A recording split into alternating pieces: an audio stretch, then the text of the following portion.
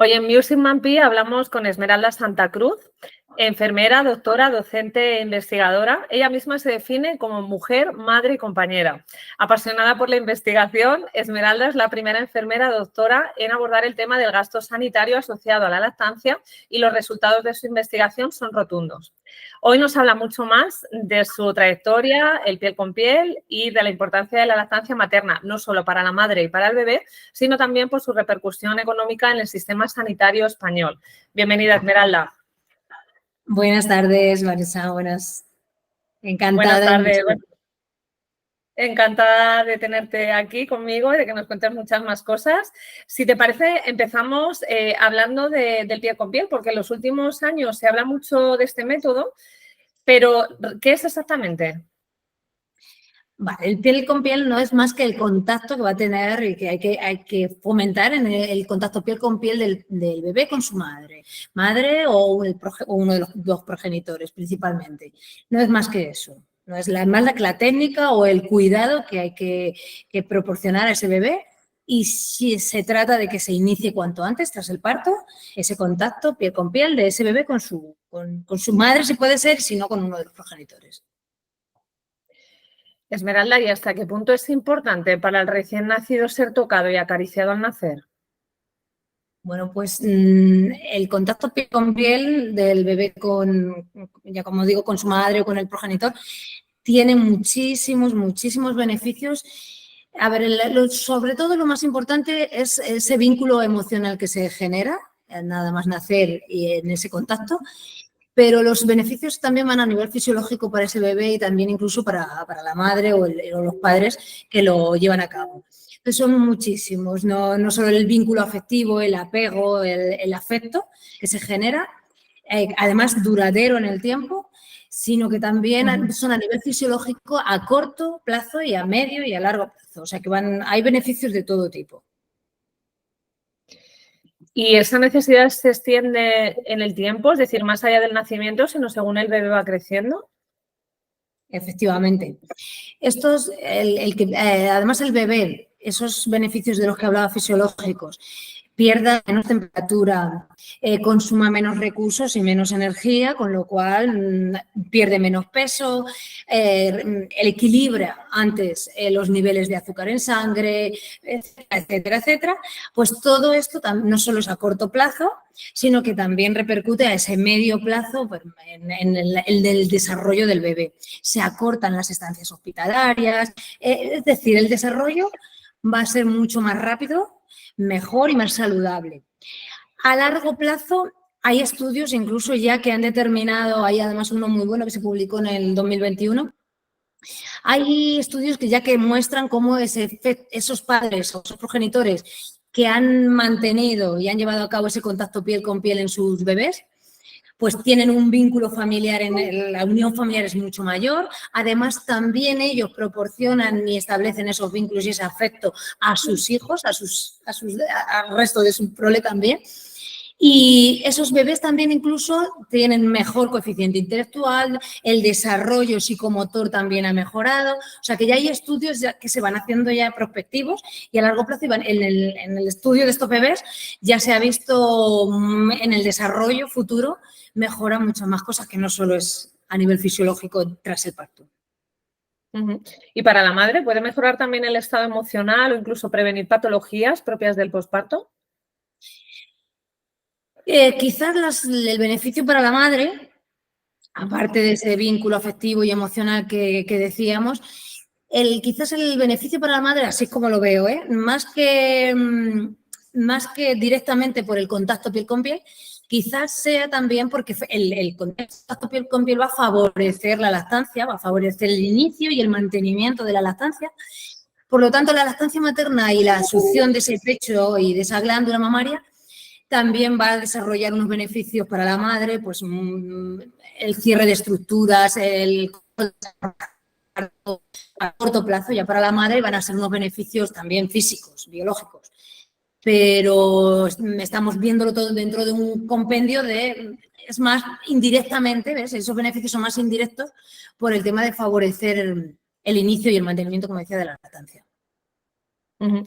Y cuando no se puede hacer, por circunstancias, por ejemplo, del parto, ¿hay alternativas?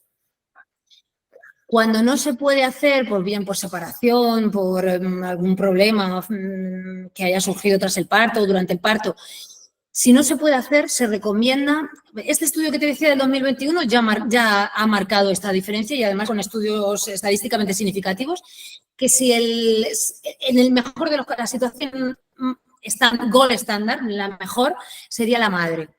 Pero si la madre no puede, tiene que haber una separación, entonces conviene o que sea el progenitor más cercano, ¿no? La pareja, o otro adulto del círculo familiar con el que también haya un vínculo emocional o un vínculo de apego, de afecto. Pero, o sea, que los beneficios para el bebé a nivel físico, esa pérdida de calor, como decíamos, energía, etcétera, consumo y de recursos, pues todo esto también se va a ver favorecido con un adulto, que haya un piel con piel, ese calor, esa pérdida, también. O sea, que siempre que se pueda, hay que iniciarlo cuanto antes, en el momento que se pueda mantenerlo y si en el caso de que rotundamente la madre no pudiese ser, buscar la persona más cercana. Desde luego es muy importante. Yo he tenido 2 hijos y en parto por circunstancias del bebé no pude hacer ese piel con piel y la verdad es que he notado muchísimo la diferencia con respecto al segundo parto. Pero yo personalmente y el bebé también. La verdad es que te doy toda la razón. Yo en mi experiencia también lo he vivido. Esmeralda, se sabe que en los primeros 30 minutos después del nacimiento el reflejo de succión está más activo. Entonces, ¿cómo es importante para favorecer la lactancia materna? Realmente entiendo que es decisivo. Decisivo. O sea, se extiende, como tú decías, la primera media hora es crucial, esos 20 minutos, por eso se dice a media hora mínimo, pero es verdad que cuanto antes se comience ese piel con piel, antes se fomente ese contacto madre-hijo, el desarrollo es mucho más rápido, como decía antes. El bebé se mantiene en calma, se mantiene en paz, con lo cual todos los neurotransmisores de estrés, de ansiedad, están bajo control. No hay ansiedad, no hay malestar por parte del bebé, con lo cual todo fluye en su debido tiempo y como tenga que ser. Entonces, esa media hora en la que el reflejo de succión es potente todavía, si hay ese piel con piel y está el bebé puesto en el pecho sobre la madre, no hay que forzar nada. El bebé lentamente va abriendo los ojos, va oliendo, porque además las papilas gustativas, los receptores gustativos y olfativos del bebé están hiperactivados tras el nacimiento, están súper despiertos, activos. Entonces, va a intentar abrir los ojos con mayor rapidez, va a oler antes y ese olor cerca del pecho, cerca del pecho de la madre, va a hacer que también comience antes la subida de la leche, empiece a salir la madre se puede fomentar el drenar alguna gotita de calostro para que el bebé lo vaya oliendo. Y él va acercando lentamente, si no hiciéramos nada, el bebé además realiza pequeños movimientos de arrastre hacia uno de los pezones, hacia uno de los pechos, para comenzar la succión por sí mismo sin tocarle, o sea, que lo haría por sí mismo o sí misma. Y comenzaría antes la succión, por eso es muy importante ese contacto y ese piel con piel tras el nacimiento y en esa primera media hora, que además el reflejo de la succión es todavía potente, pues se fomenta ese inicio y el comienzo de la lactancia. Pues, bueno, Esmeralda, como ves, tenemos aquí el pequeñete, aquí. Ya, lo estoy oyendo. Ha pensado que el tema que estamos tratando le interesa mucho porque además yo he hecho lactancia materna exclusiva durante 6 meses con él, algo que no pude hacer con el mayor y bueno, creo que el tema le interesa mucho. Esmeralda, se sabe, ¿nos podrías hablar, disculpa, de esa línea de investigación que llevas a cabo en relación a la lactancia, los gastos sanitarios relacionados? Sí, bueno, es una línea que bueno, cuando comienza la tesis, pues buscas un objetivo que es hacer algo que no se haya hecho, algo que sea novedoso. Y efectivamente en España no había nada hasta ese momento, no había nada de esta línea de trabajo de lactancia materna y costes. Es decir, cuánto cuánto cuesta a nuestro sistema sanitario, cuál es el gasto que genera una mamá que esté dando el pecho frente a otra que no lo haga. Entonces, bueno, pues inicié ese trabajo de investigación. Efectivamente salieron resultados muy... Observé un gasto sanitario directo. Esto es porque luego están otro tipo de gastos que, bueno, ahora estamos en ello. Las últimas investigaciones sí que van por otro tipo de gastos sanitarios, los indirectos. Pero en la tesis solo fueron análisis y la investigación sobre gastos directos sanitarios, que esto es cuánto gasta para nuestro sistema sanitario, qué nos repercute al sistema sanitario nacional que una vez mamá esté dando el pecho o no. ¿Vale? Por ejemplo, te hablo así, uno de los datos más relevantes, podríamos ya analizar con más detalle, ¿no? Y a nivel de áreas o en diferentes, el consumo de recursos en diferentes niveles de atención sanitaria, atención primaria, urgencias. Pero bueno, por dar una cifra o dar un dato así más general, fija, esto fue en 2000, la tesis fue leída, se presentó en 2017. El análisis de toda la muestra y todos estos datos entre el 2014 y 2016. Pues fíjate, uno de los resultados fue, si consiguiésemos que el 50% de las mamás diese el pecho, solamente la mitad de las madres ofreciese el pecho en exclusiva durante 6 meses, como tú lo has hecho, Vanessa, pues conseguiríamos un ahorro en España, para España, de más de 51 millones de euros. Solamente en costes directos, es decir, los bebés van menos al pediatra, los bebés que han sido alimentados con leche materna se ponen menos veces enfermos, por lo tanto van a menos veces a consultas de pediatras, matronas, enfermeras, etcétera, consumen menos fármacos.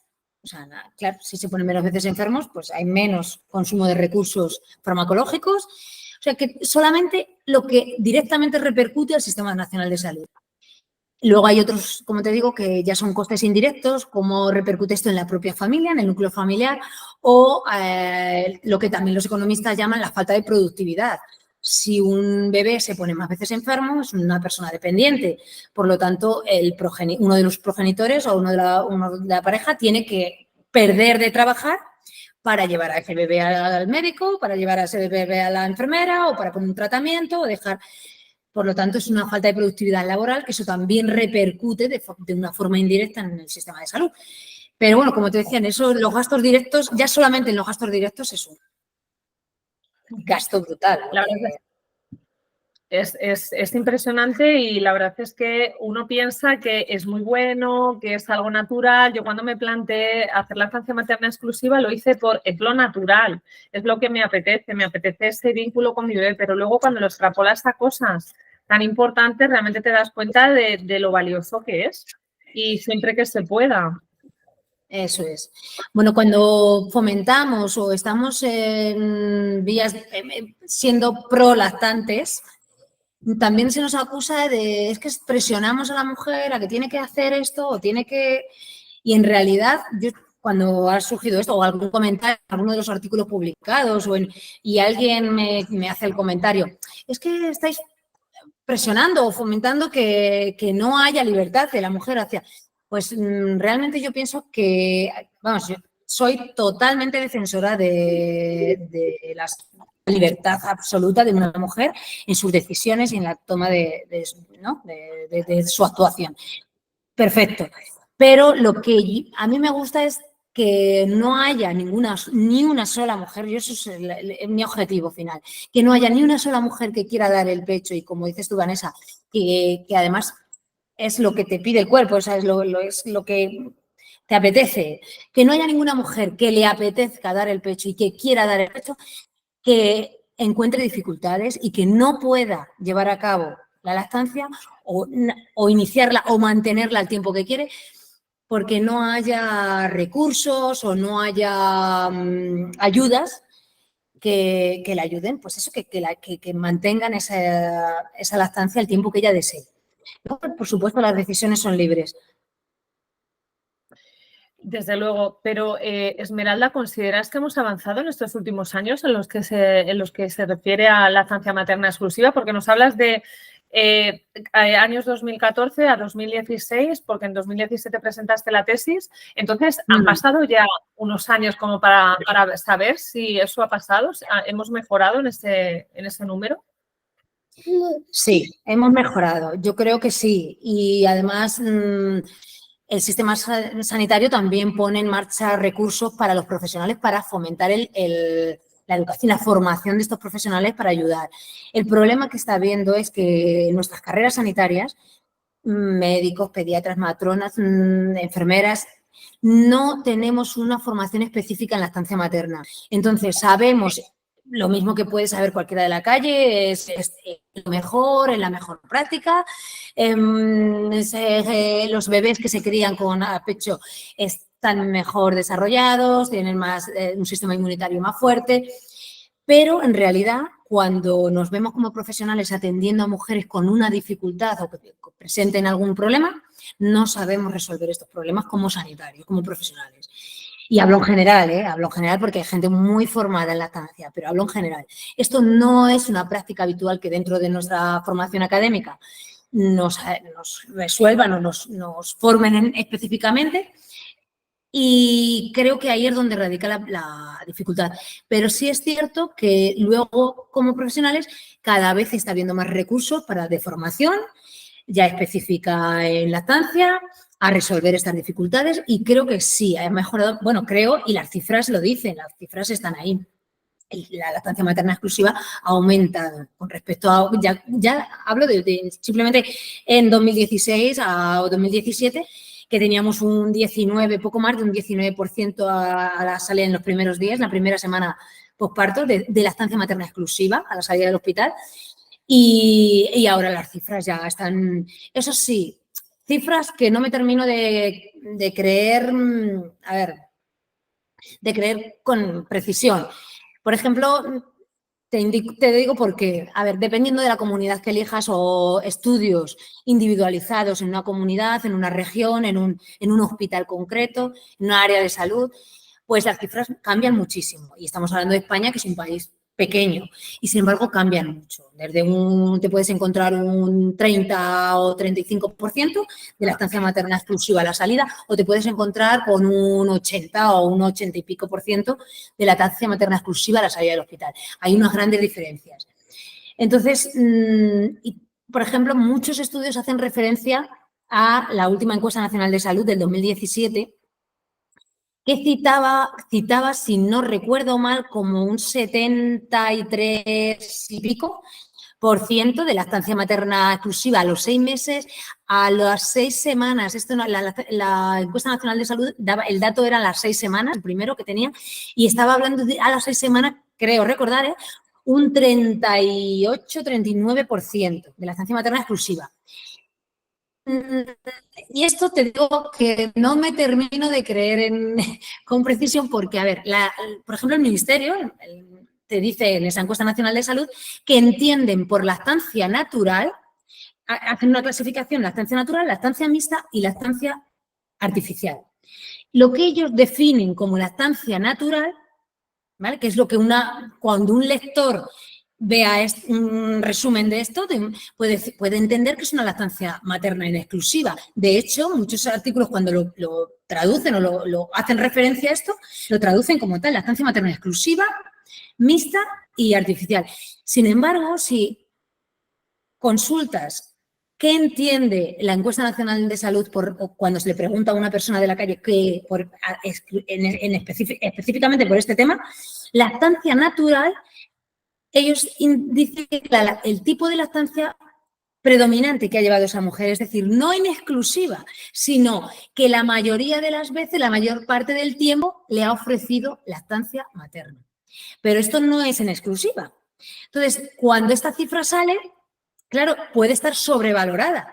Si yo digo que esta mujer de lactancia natural, que la mayoría de las veces ofrece la estancia materna, y yo estoy dando un dato que es el 30 y no recuerdo, 32%, no, creo era más, no llegaba al 40, pero era un 38-39% de la estancia materna exclusiva. Puede ser que en exclusiva realmente no sea un 38 o un 39%. En exclusiva a lo mejor es un 25%. Pero como la mayoría de las mujeres dicen a esta respuesta es que la mayor parte del tiempo ofrezco la estancia natural, claro, es una cifra que puede estar sobrevalorada. Entonces, casi que hay que tener mucha precisión cuando leemos los estudios, porque estas cifras sí es verdad que han aumentado, es verdad, pero hay mucha discrepancia en los resultados y en esas cifras. Y puede que no tengamos, en España no tenemos un registro oficial ni estándar sobre la estancia materna. Hay alguna comunidad como Cataluña que sí lo tienen, pero muy pocas. En Navarra también se hace de forma muy exhaustiva, pero no hay un protocolo de recogida de datos. Entonces, estas cifras, aunque es cierto que van aumentando, pues yo no me quedaría con un número exacto ahora mismo. O tendría que hacer una media de todas las comunidades para decir la cifra de la estancia materna exclusiva en España.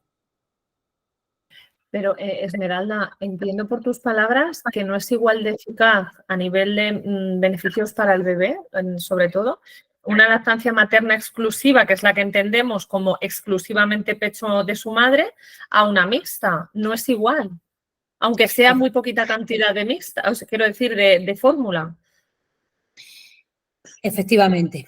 Mira, empezábamos hablando del método, vamos, piel con piel, que el piel con piel es un cuidado dentro del método canguro. O sea, el método canguro comenzó en 1978-79 en Colombia, por la falta de recursos, simplemente por la falta de recursos que tenían en el sistema sanitario de allí, pues empezaron a utilizar este método para evitar esas pérdidas de calor en el recién nacido, etcétera. Pero principalmente con prematuros. Lo hacían con todos, pero se dieron cuenta que principalmente era mucho más favorable y mucho más beneficioso para los prematuros. Cuando el prematuro empieza con su método canguro y uno de los cuidados es el piel con piel, inicia antes la lactancia materna y además es en exclusiva porque el método canguro debe hacerse a ser posible las 24 horas del día encima del pecho de la madre o la pareja, ahí sí se mantiene una lactancia materna en exclusiva. Está constantemente el pecho y esa oferta-demanda de la lactancia se hace de forma continua. La lactancia, además, se mantiene, cuando es en exclusiva, se mantiene mucho más tiempo. Y los beneficios, cuando la lactancia es en exclusiva, van acordes y directamente proporcionados a eso, a la exclusividad que recibe y al tiempo mantenido de lactancia.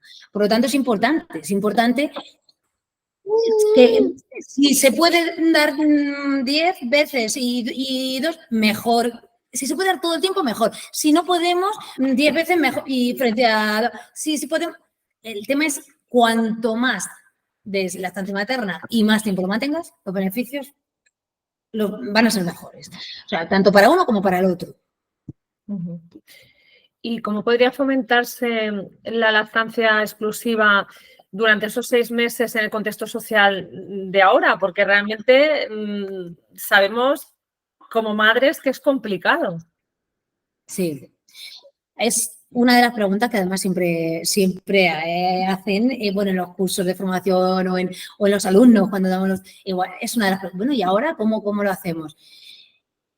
Por un lado, como te decía, ya se han iniciado esa formación porque lo más importante es poder resolver dudas, inconvenientes, problemas, dificultades que vayan surgiendo. A veces las dificultades no es solo una mastitis o un problema físico, no, a veces es solamente resolverle una duda. Oye, ¿lo estoy haciendo bien?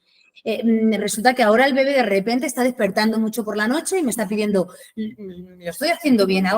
No toque el pecho, es que es una llamada de teléfono o es una consulta presencial o veo que este pecho no me lo drena bien. Pues simplemente visualizar, a ver esa técnica, si se está haciendo bien, ¿no?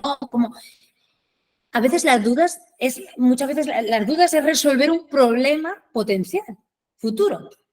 Entonces, es verdad que esos primeros pasos ya se están dando de formación a los profesionales, que son los que tienen que resolver. Y además son los que son el ejemplo. No puede haber un profesional sanitario, no debería haberlo, no debería un profesional sanitario que esté directamente relacionado con un cuidado materno o infantil y que dé un mensaje, por ejemplo, a una madre de, que te voy a contar, vea en el pasillo a una mamá con un bebé de 1 año o 2 años dando el pecho y diga, pero todavía estás... Entonces, esto ya no es ni siquiera forma, es que es un mensaje que va directamente a esa madre y además a las personas que lo están escuchando de alrededor, porque la sociedad hoy en día tampoco acompaña. No hemos aprendido biológicamente de nuestras abuelas, nuestras madres, ¿no? Entonces ahora lo tendremos que aprender pues un poco autoformación y por aquello que te enseñan los profesionales. Y tú leyendo, consultando, pero hoy en día sabes que la información puede ser incluso contradictoria de un sitio a otro. Entonces, los profesionales tenemos que dar ejemplo. Entonces, para empezar, yo creo que lo más importante es la formación de los profesionales, que ayuden a resolver esas dudas y que estén para esto, para prevenir problemas que puedan aparecer. Y por otro lado, creo que además la formación también de las propias madres, los cursos, los grupos de ayuda, la preparación al parto debe contener un programa específico de lactancia. Porque cuando esa madre que está embarazada y va a sus cursos de preparación al parto, si no está preparada para saber que va a tener al menos 2 periodos de crecimiento rápido en su bebé, que en torno al mes y medio, y otro en torno a los 4 o 5 meses, que en el que va a pedir con mucha más frecuencia, que el bebé va a estar mucho más activo. Son periodos de crecimiento que va a demandar más pecho. Por ejemplo, es prevenir. Esa mamá tiene que estar informada antes de que aparezca, porque cuando aparece, quizás no haya, sea un fin de semana o sea no tenga ese recurso a mano para poder consultar esto y se vea envuelta en una situación en la que el único recurso para poder sobrellevar esta dificultad sea introducir un biberón. Entonces, la toma de un solo biberón supone una caída de un 20% de menor productividad en la siguiente toma y etc. Entonces, en menos de un mes, pues la lactancia materna, te has cargado la lactancia materna. Sí, y era simplemente saber que esto pasa y que se resuelve en 24 o 48 horas. Pero, entonces, por un lado, la formación de unos y la formación, y también las madres, esa formación previa. Claro. Desde luego te decía cuánta razón, porque en mi experiencia me ha ocurrido. Yo he tenido esos momentos, yo tuve la suerte, antes de tener a mi primer hijo, que tiene ahora, va a hacer 5 años, de hacer un taller de lactancia en el Centro de Salud, en Madrid. Y tuve esa suerte, me ayudó muchísimo y sobre todo lo que más me dio, Esmeralda, es seguridad. Y esa seguridad es la que me ha ido acompañando en esa lactancia mixta, que por ingreso de mi hijo tuvo que ser así, en mi primer parto, y después con mi hijo pequeño, con el pequeñito cachorrito que tenemos aquí, esos momentos de dudas en los que estuve a punto de tirar la toalla, yo tenía esa formación, bueno, no hace falta ser un experto en lactancia, pero sí saber que tienes apoyo. Y hay momentos que son más complicados y que tirar la toalla no hace falta, que no es la solución, porque al final, si tú quieres hacer algo realmente desde la libertad, apoyo hay, apoyo he tenido. Sí que es verdad que eso es muy importante, pedir ayuda también. Eso es. Bueno, hay muchísimo. Yo llevé un taller de lactancia durante unos cuantos años en atención primaria. Y bueno, súper gratificante porque yo les decía a las mamás, bueno, ponemos la excusa de tener que dar un tema cada día diferente. En el taller de lactancia, pues pero era la excusa porque realmente la razón de que ese taller funcionase y de que esas mamás estuviesen contentas era la seguridad, como tú decías, el apoyo entre iguales entre iguales, porque todas estaban pasando por las mismas dificultades o las mismas situaciones, pues cómo enfrentarse al trabajo, cómo conservar la leche, cómo la mejor manera para ahora necesito producir un poquito más para que, pues ese conocimiento entre iguales y esa seguridad de que no soy única y que no me está pasando esto solo a mí, y además se resuelve, pues efectivamente, esa es una herramienta buenísima, uno de los talleres de lactancia o los grupos de apoyo, súper bien. Esmeralda, y en este contexto social del que hablamos nos encontramos obstáculos, porque de pronto me tengo que a las 16 semanas de mi bebé reincorporar al trabajo. Es que realmente eso es incompatible con una lactancia materna exclusiva, porque si yo tengo que volver a mi oficina, a mi centro donde yo trabaje, ahí ya no puedo hacer lactancia materna exclusiva. ¿Cómo podemos hacer? A ver. Bueno, uno de los objetivos futuros y por los que sigo haciendo estudios de coste-efectividad con la lactancia y análisis de costes con la lactancia es por esto, porque creo que necesitamos sembrar una base en nuestro país sobre los beneficios de esto, también para empresas privadas y no solo para nuestro sistema sanitario que público y que el gasto es público, sino también para mujeres, claro, empresas privadas que vean, esto ya hay en otros países, pero el empleador tiene que ver, es decir, el gestor de esa empresa tiene que ver que es mucho más importante que una mamá esté dando el pecho porque va a faltar menos veces al trabajo, va a faltar lo que estábamos comentando antes. Entonces, estas salas de lactancia, este apoyo a la lactancia desde dentro de las empresas también tiene que hacerse. Y ayudar y proporcionar esos recursos a la madre que está lactando, a priori puede parecer un gasto o invertir un dinero absurdo, ¿no? Pero es que repercute indirectamente a corto y a largo plazo en tu beneficio como empresa. Entonces, creo que esto es básico, ¿no? No hay que, como dices tú, no hay que ser tampoco muy un experto, pero los beneficios están ahí, o sea que los análisis ya se están viendo, los resultados se están viendo y hay que ponerlos encima de la mesa para que todos lo vean. Si una mamá... Ay, perdona, Vanessa. Que decía que decíamos antes, salir con un 70 y pico % de lactancia del hospital y que en poco tiempo esa caída, bueno, si ese 70 y pico % es real, que no, como ya he dicho, que discrepo algunas veces, pero salir del hospital o tener en esas primeras semanas un índice tan alto de lactancia materna, lo cual quiere decir, bueno, esto ya hay muchos estudios y también en la tesis también lo analicé, más del 98% de las mamás, dependiendo del estudio, en algunos al 100%, desean dar lactancia. Y esa es cuando le haces la pregunta, esa es la respuesta. ¿Con qué tipo de alimentación vas a alimentar a tu bebé? Y entre un 98 y un 100% de las madres te responden con lactancia materna. Entonces, la pregunta sea, ¿por qué desciende tanto? ¿Por qué se abandona tan rápida la lactancia? Pues es multifactorial, falta de recursos en las empresas, en los trabajos, falta de ayuda cuando me ha hecho falta, esa disponibilidad de los profesionales sanitarios o no saber responder a la situación que estoy planteando, que es multifactorial, pues toda esta parte tenemos que cubrirla, como decías, ¿qué es lo que necesitamos hoy en día? Pues si la mujer ya es la que quiere, o sea, hay que proporcionarle los recursos para que lo lleve a cabo. Las mujeres trabajadoras en sus trabajos, los profesionales sanitarios para que ayuden y sepan resolver, prever dificultades, en las mamás formar para que sepan lo que va a pasar o puede pasar, o es habitual, o a lo que se van a enfrentar y cómo lo pueden resolver.